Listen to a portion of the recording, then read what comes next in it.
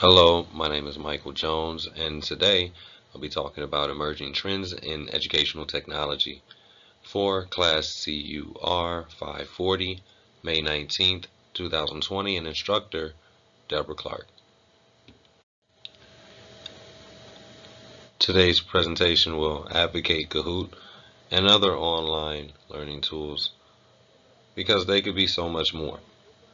Um, the benefits of the software like Kahoot and other things that are accessible through mobile devices have a strong effect on classroom instruction. Kahoot in particularly has been used in over 200 countries already and has an origin in a Norwegian university with millions of games to offer. It also allows users and instructors to customize the game to their liking, and also the curriculum and the difficulty of the questions the students will be answering.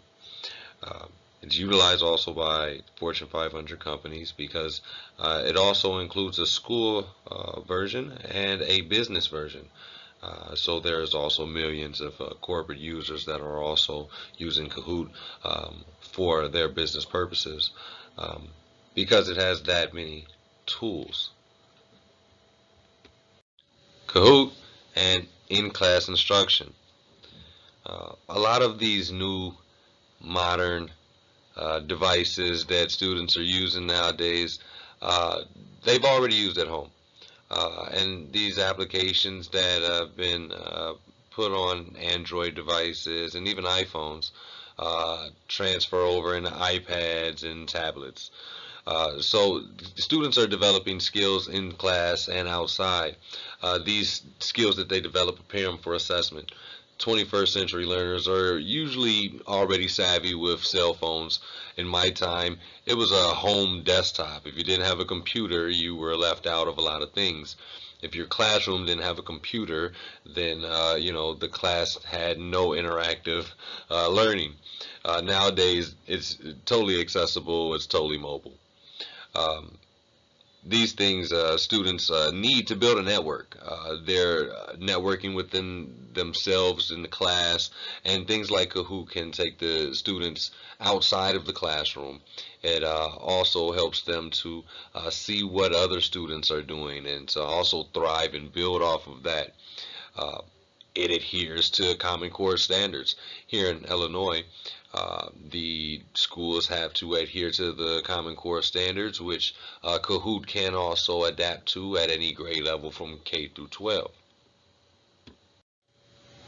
Kahoot from an objectional aspect.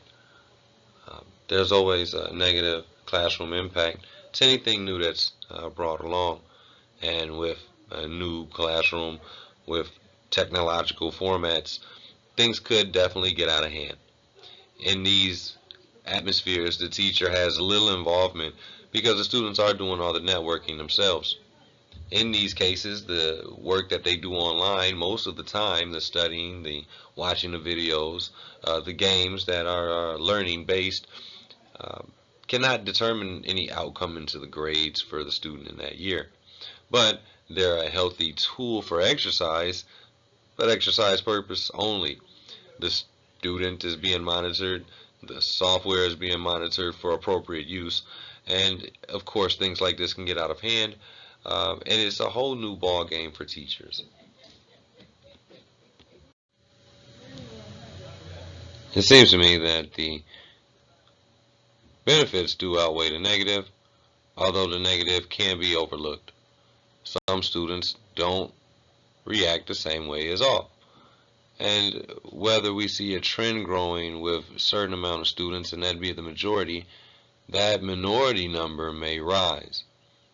However, with things like Kahoot, the students that uh, would like to take their time and pace themselves can do so. But the students that would like to challenge themselves and actually push themselves get the opportunity to do that as well. I do thank you for tuning in today, and I hope that you as well could use some sort of online learning tool, maybe even Kahoot. Maybe you used it before.